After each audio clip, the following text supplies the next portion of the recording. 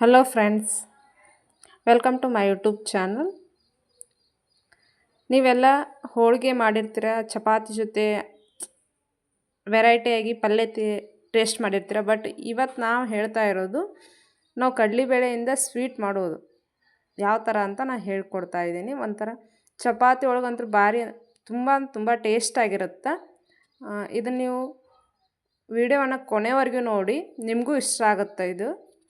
ಇಲ್ಲಿ ನಾನು ಒಂದು ಗ್ಲಾಸಿಗೆ ಕಡಿಮೆ ಆಗುವಷ್ಟು ಕಡಲೆಬೇಳೆನ ತೊಗೊಂಡಿನಿ. ನಾವು ಹೋಳಿಗೆ ಮಾಡ್ತೀವಲ್ಲ, ಆ ಕಡಲೆಬೇಳೆನ ತೊಗೊಂಡಿನಿ. ಒಂದು ಗ್ಲಾಸಿಗೆ ಸ್ವಲ್ಪ ಕಡಿಮೆ ಆಗುವಷ್ಟು ತೊಗೊಂಡಿನಿ.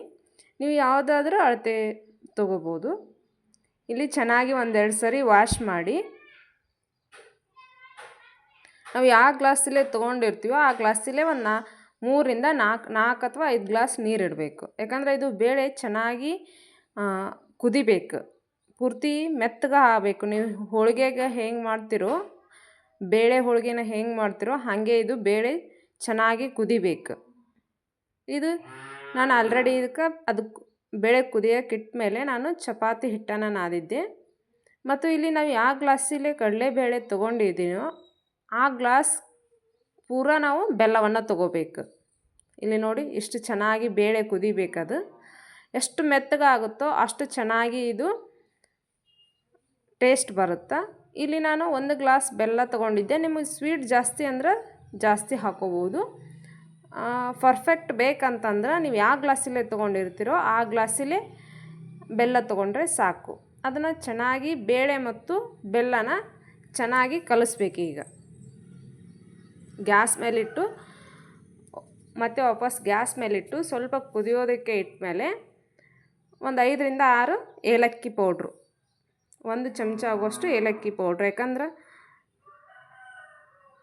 ಟೇಸ್ಟ್ ಕೊಡೋದೇ ಇದಕ್ಕೆ. ಆದ್ದರಿಂದ ಏಲಕ್ಕಿ ಪೌಡ್ರ್ ಸ್ವಲ್ಪ ಜಾಸ್ತಿನೇ ಹಾಕಿ ಚೆನ್ನಾಗಿರುತ್ತೆ. ಗ್ಯಾಸ್ ಮೇಲೆ ಇಟ್ಮೇಲೆ ಸ್ವಲ್ಪ ಹೊತ್ತು ಕುದಿಯೋಕೆ ಬಿಡಬೇಕು. ಇದನ್ನು ಚೆನ್ನಾಗಿ ಒಮ್ಮೆ ಕಲಿಸ್ಬೇಕು. ಇದು ಇನ್ನೂ ಬೇಳೆ ಚೆನ್ನಾಗಿ ಕುದಿಬೇಕು.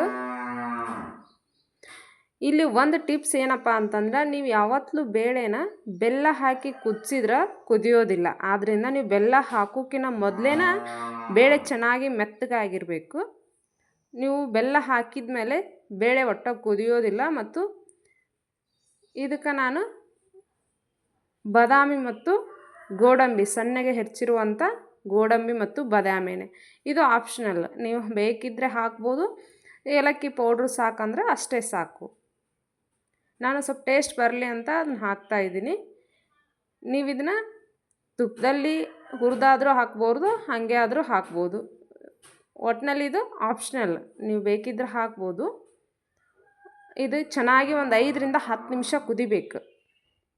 ಆ ತಿಕ್ನೆಸ್ ಬರಬೇಕು. ಆದ್ದರಿಂದ ಒಂದು 10 ನಿಮಿಷ ಆದಮೇಲೆ ತಿನ್ನೋಕೆ ರೆಡಿಯಾಗಿರುತ್ತೆ. ನೋಡಿ, ಚಪಾತಿನ ಆಲ್ರೆಡಿ ಚಪಾತಿ ಮಾಡಿದ್ದೆ, ಅದ್ರ ಜೊತೆ ಆಲೂಗಡ್ಡೆ ಪಲ್ಯ. ಸ್ವೀಟ್ ಇಷ್ಟಪಡ್ಬೋದು. ಇದ್ರ ಜೊತೆ ಸ್ವಲ್ಪ ತುಪ್ಪ ಹಾಕಿ, ನೀವು ಚಪಾತಿ ತಿನ್ನಲಾರ್ದವರು ಸಹಿತ, ಸ್ವೀಟ್ ತಿನ್ನಲಾರ್ದವರು ಸಹಿತ ಇದನ್ನು ತಿಂತಾರೆ. ಅಷ್ಟು ರುಚಿಯಾಗಿರುತ್ತೆ. ನಾವು ಇದಕ್ಕೆ ಬೆಲ್ಲದ ಬೇಳೆ ಅಂತೀವಿ. ಇಲ್ಲಿ ಸ್ವಲ್ಪ ತುಪ್ಪ ಹಾಕ್ತಾಯಿದ್ದೀನಿ ನೋಡಿ. ಅದಕ್ಕೆ